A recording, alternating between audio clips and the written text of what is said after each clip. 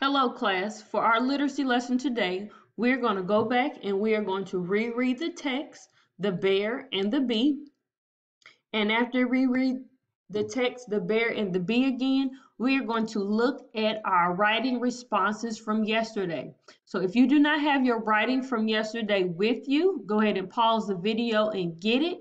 Or if you didn't do your writing from yesterday, I want you to pause the video and complete your writing from yesterday.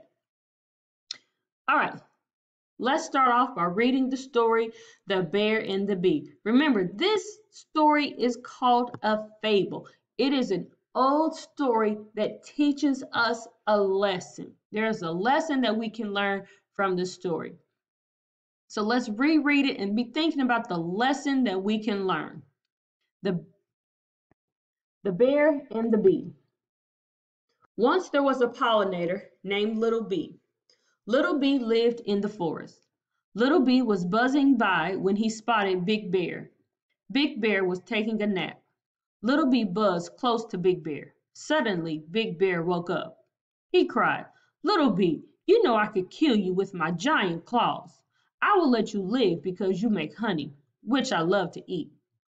Little Bee thought. He said, "Big Bear, you are much larger than me, but one day you might need my help." Big Bear laughed and said, "You are tiny. How could a silly little insect ever help a powerful creature like me?" Little Bee thought again. He did not say anything. He just buzzed by and flew away. Later, Little Bear heard a noise. It was a hunter. He had a bow and arrow, and he was ready to shoot Big Bear. Immediately, Little Bee flew to the hunter and buzzed in his ear. The hunter was scared. He cried, "Leave me alone!" and ran away.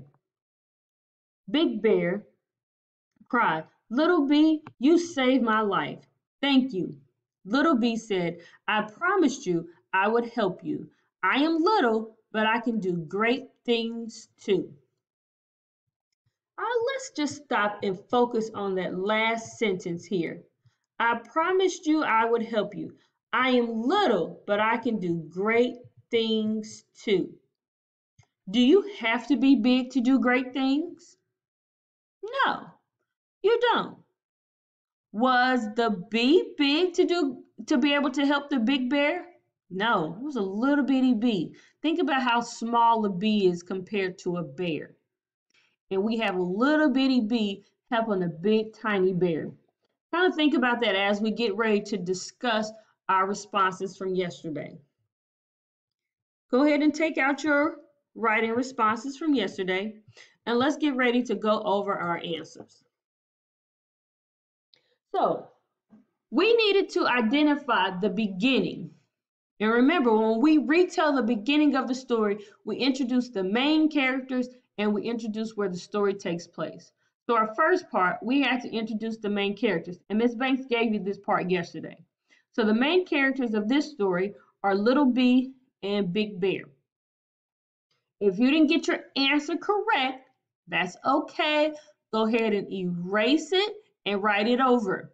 If you got it right, I want you to go ahead and put a check mark next to your answer. Let's go to the next one. Beginning, where the story takes place. So we're still in the beginning. We introduced our characters. Now we're doing our setting. The story takes place in the forest. If we go back to our text, we see right here that Little Bee lived in the forest. So right there, we found our answer in the text. Okay, let's move on. Middle, what is the problem in the story? Do you have your problem written down?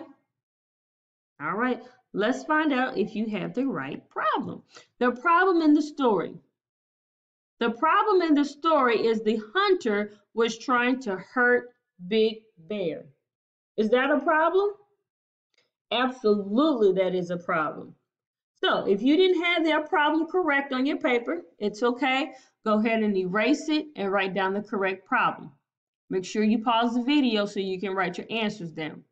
If you have it correct, Put a check mark next to it, and let's move on to the next one. So now we did our beginning, our middle. Now we need our end. And we need to now answer, how was the problem solved? So the problem was that the hunter was trying to hurt Big Bear. How did the characters in the story solve this problem? Well, we know the problem of the story was solved when Little Bee saved Big Bear from the hunter.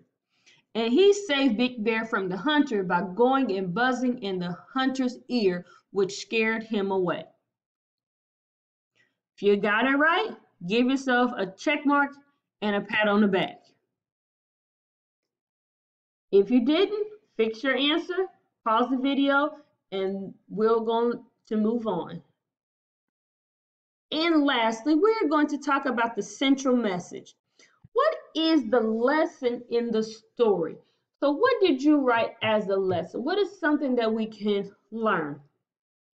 And remember, I said let's focus on the last sentence. I am little, but I can do great things too. So when I think about the lesson or the moral of this story, I thought that little people, not just little people, but children, whether you're small, tall, or big, you can help out with bigger problems. You don't always have to be a big, strong person to help solve problems. You can be as small as a tiny little bee and help solve a problem. So what I wrote for my central message is, the central message of the story is that no matter how small you are, you can help solve problems too. Now, your central message doesn't have to match exactly like mine. If your central message mentioned that you're small and you can help solve big problems, or small or little people can help solve problems, you are correct as well. If you didn't get the central message, go ahead and write down the answer that I have and save it and bring it for our Zoom lesson this afternoon, and I can better help explain the central message. Remember, it is a lesson that we are trying to learn in the story. So if you got the central message correct, I want you to give yourself a star, not a check mark, a star. Give yourself a pat on the back and go high five somebody in your house. Now, if you got all of them correct, I want you to stand up and give yourself a big pat on the back and dance really hard for 30 seconds. When you're finished dancing, end the video, and I will see you later on our Zoom meeting this afternoon. Good job, and talk to you later.